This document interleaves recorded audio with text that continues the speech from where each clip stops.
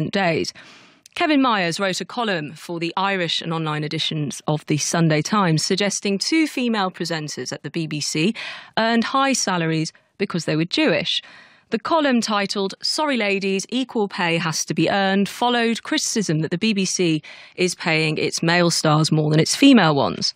Commenting that two of the best paid female presenters, Claudia Winkleman and Vanessa Feltz, were Jewish, Kevin Myers wrote, and I quote, "Good for them. Jews are not generally noted for their insistence on selling their talent for the lowest possible price, which is the most useful measure there is of inveterate, lost with all hands stupidity."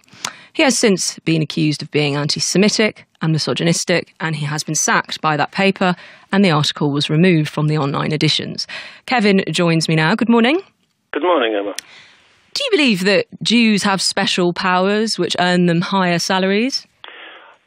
First of all, let me say I have to offer an apology to Claudia and Vanessa, an unconditional and absolute apology, not out of self-interest, because I have no self-interest left anymore. My career is in ruins and my reputation is in tatters.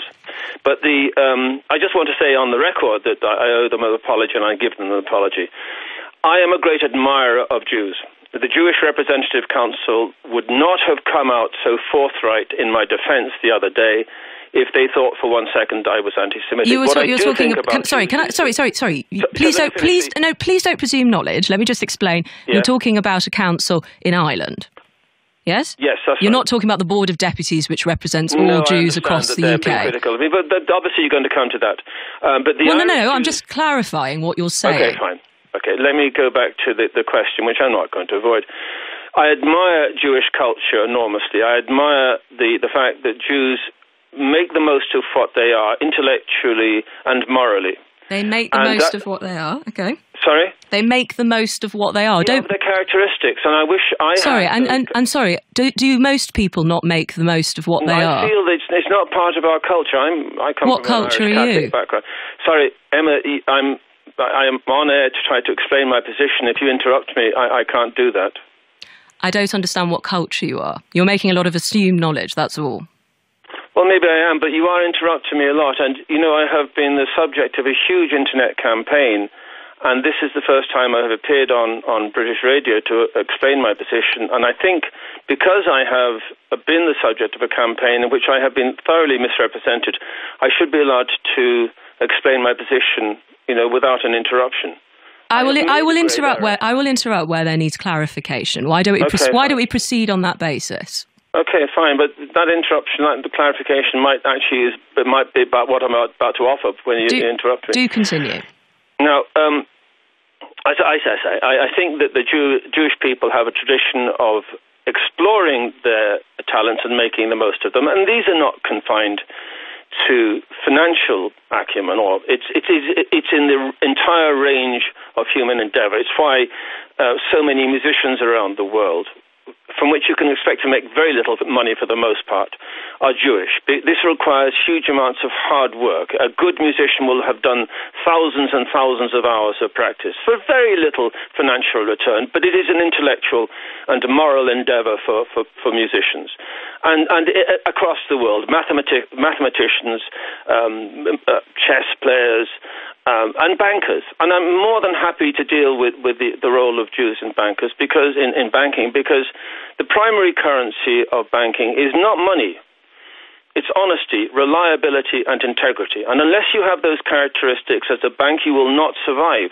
And one of the reasons why the great banks of the world that have survived, so many of them are Jewish, because they exhibit these characteristics: honesty, reliability, and integrity.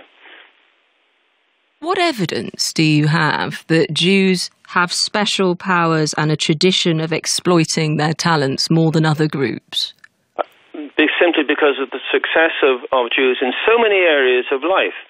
You don't need to... There are also a huge number of Jews living there are also a huge number of Jews living in poverty around the world. Yeah, I wasn't talking about that. There's no doubt there have to be Jews living in poverty. That's the Jews are human beings, so there are bound to be Jews who are living in poverty. But if you look at that.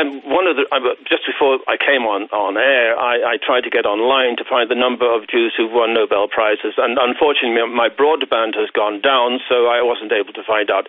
But it's disproportionate, and Jews don't get Nobel Prizes because there's favoritism in Norway and Sweden towards them, or because the committee is Jewish. It's because they have distinguished themselves in so many walks of life. This is a characteristic of Jewish people. And let me ask you then, characteristic. You say it's an admirable characteristic, and yet it's a slur. It's a well-known trope to link Jews' ability to either make money or extract money from people. It's the same sort of evidence, and it's the same sort of lines that Hitler used to use, that Shakespeare used when writing Shylock's character, that Goebbels relied on when creating caricatures of Jews. So if you were trying to compliment Vanessa Feltz, you pretty much failed comprehensively. Could I play you her reaction? Yes, by all means.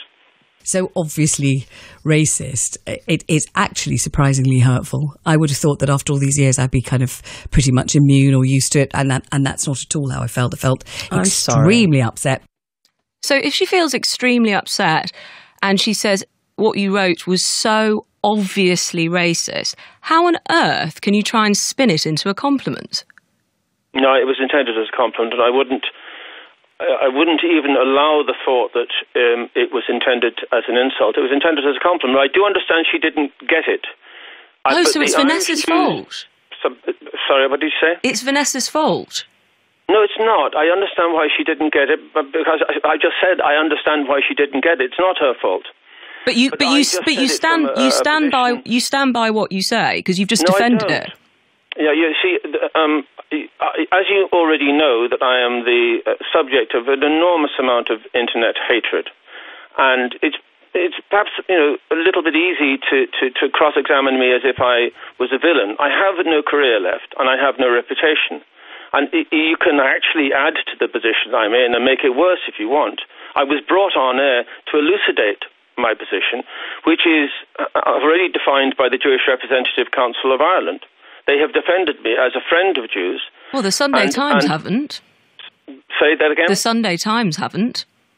The Sunday Times didn't give me an opportunity to explain myself, and they sacked me, almost without notice on Sunday morning. But Kevin, they gave you the best part of 1,000 words to express yourself, and you don't sound like you are actually going back on what you said about Jews and money. Sorry, I've already apologised. No, an apology is different. Apology, and sorry. No, you said I shouldn't interrupt you. Let me just make this point. It is one of my personal pet hates when people apologise for a hatred and then move on to justify. No, I don't justify. Move on to justify why they put that point out there in the first place. The reality is, you've come on this radio programme to apologise. There is interest in you doing that. You have then gone on to accuse the people who have said what they have said about you since that article of them being some part of, a campaign against you.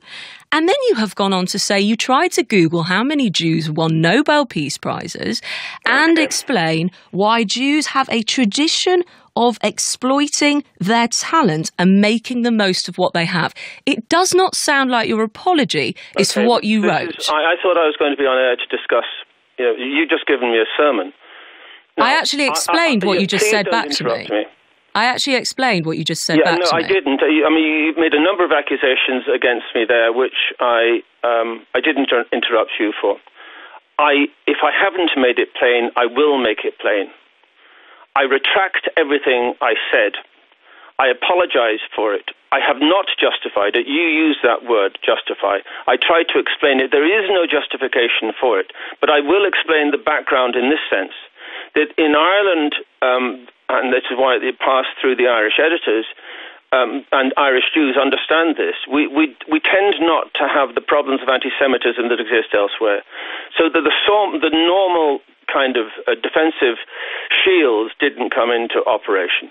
But I am to blame for this. I am the master of my soul. I am the author of my own misfortunes. I offer no justification for this. It happened, and my career is over as a consequence. Now, I bitterly regret any offence that I caused. I do not offer spurious justification for what I've said. You know, it offended people, and I apologise, and I make no justification for what I have said, and I've accepted full responsibility for it. What I was attempting to do was to explain to you how I am not an anti-Semite, and how I do express admiration for the Jewish tradition, and have done often enough, which is why the Jewish Representative Council came out so thoroughly in my support. They also said they could understand why people would find what you'd written in that column wrong and anti-Semitic. Yes, that's right. And I didn't deny that. And what sort of mood were you in when you were writing that article? I always love sort of understanding it. Yeah, I have a number of errors of failings as a journalist, and one of them is the throwaway aside. You will have identified that kind of throwaway aside in the clip that you just quoted. Now, sometimes it works, and sometimes it doesn't, and it catastrophically didn't work on this occasion. A bit like the aside where you said, with regards to the actual issue you were writing about, before you decided to comment on the religion of two of the high-paid female stars here at the BBC, a bit like the aside where you said men usually work harder, get sick less frequently, and seldom get pregnant. And seldom get pregnant is exactly the point. Now, you see, I hoped not to be taken too seriously there. No, I was just giving another example of your asides. This is a characteristic I have, which people sometimes like and sometimes don't like. The problem is, I'm a very poor judge of my own work, and a very poor judge of the quality of what I do. And sometimes, very often, I look back on something I've written, I said, that's wrong, that doesn't work, and so on and so forth. But at the time, I don't. But, Emma, throughout this, I do not disclaim the responsibility for what I have done. I alone am answerable for what I have done, and it's caused everyone a great deal of unhappiness, and I bitterly regret that. Presumably, you think I have some special powers as a Jewish broadcaster to get paid. Presumably, the signal faded there. Presumably, you may think I have some special powers as a Jewish broadcaster to get paid better than my colleagues who aren't of the same faith. I didn't know you were Jewish, and I don't have any opinion about how much you earn. So it's not an issue whether you're Jewish or not. It doesn't enter my head. Well, it entered your head about 5 days ago when you filed your column. So I didn't catch that. It entered your head about 5 days ago when you filed your column. Yeah, that's a good question, and that's a good. I mean, to which there is no particular answer. What I did was there's no particular answer. When I was preparing the article, I googled the various people, and I came across the fact that these two women were Jewish. But I didn't do it out of anti-Semitism. It's very difficult perhaps to understand. It's out of an esteem for the way that Jewish people behave, that maximize your potential. Nobody else is going to do it for you. It's something that you have to do yourself. This is true for us all. And it is characteristic of the Jewish tradition. You must maximize yourself. Maximize yourself in all ways, as intellectually and morally. Well, as a member of that Jewish tradition, I can tell you that's not what you're taught in synagogue or schools. So I'll just tell you now that I wasn't taught as a 12-year-old sitting in Sunday school, Jewish Sunday school, to go out and earn as much money as possible and maximise my potential, to use your phrase. I was told to learn. I mentioned money. You said maximise my potential, and I was taught yourself as you are as a broadcaster. Do the best you can. Now, okay, Kevin, we're nearly an overall culture. Kevin. I'm not talking about how would you teach that in Talmudic school? You wouldn't. That just wouldn't be part of it. It's a cultural characteristic that perhaps escapes definition. Well, thank you for things that is a characteristic of Jewish people, that they do their best, and it's something to be esteemed and to be praised. And I certainly would esteem it and praise it. Thank you very much for trying to characterise something that you perceive within the Jewish culture. You've, of course, also been criticised. Our time's really up, to be honest, but you were criticised for an article you wrote in 2009 in which you said there was no Holocaust. That's a headline. And 6 million Jews were not murdered by the Third Reich. These two statements of mine are irrefutable truths. No, you shouldn't have thrown that in the end. That entire article was a justification for an explanation of the fact that a Holocaust existed, but one word doesn't cover it all. One word doesn't explain the machine gunning of thousands of Jews in pits, the burning alive of Jews in their synagogues, of Jews being flogged to death on death marches across Eastern Europe, of Jews being worked to death in Nazi camps in the Harz Mountains. No single word explains that atrocity, that greatest atrocity in European history. And that headline was not written by me, and I don't know how it was created on the internet. It was created, but the Jewish Council of Ireland, in their statement, said that I have written more about the genocide and the final solution than any other journalist in recent decades, and I've been writing about this for 30 years. That headline misrepresented me totally, as the Jewish Representative Council said. That is not what Kevin Myers is. Kevin Myers is a friend of Jews who's written about the Holocaust as the reality of the Holocaust. It's not just about Auschwitz. It was a horror that reached from France through to halfway across Central Europe. And it consisted of atrocities of many varieties, not just Auschwitz. Brutalities and tortures of unspeakable depravity. Now, I've written about that for 30 years, and I have given you across the internet, which I've given you, throw in a bit at the end of an interview, which I have given you a full right to reply on, as it was part of the criticism, which is why I raised it and wanted to hear what you had to say, Kevin. Now you know. Kevin, can I ask, what are you going to do now? I don't know. As I've said to you at the outset, my reputation is in tatters, and I have no career. Well, what else do you do besides writing that column? I genuinely don't know. Well, how could you possibly know me? That was my primary journalistic source. I have to tell you that an awful lot of Irish people know who I am, and obviously there's no reason why you should know me. And they understand my position, and they sympathise with me. They know I'm not an anti-Semite. How do you feel, though, that even if, as you say, unwittingly, you have publicised again a very well-worn trope about Jews and money? I regret it greatly, because it's not about Jews and money. It's about, as I said to you before, it's about maximising your potential. But I regret it because it confuses issues. It makes people think that these people, the two women I'm talking about, are about money. It's not about money. It's about what we should all be doing. It's about maximising your potential, economically, culturally, physically, in every sense.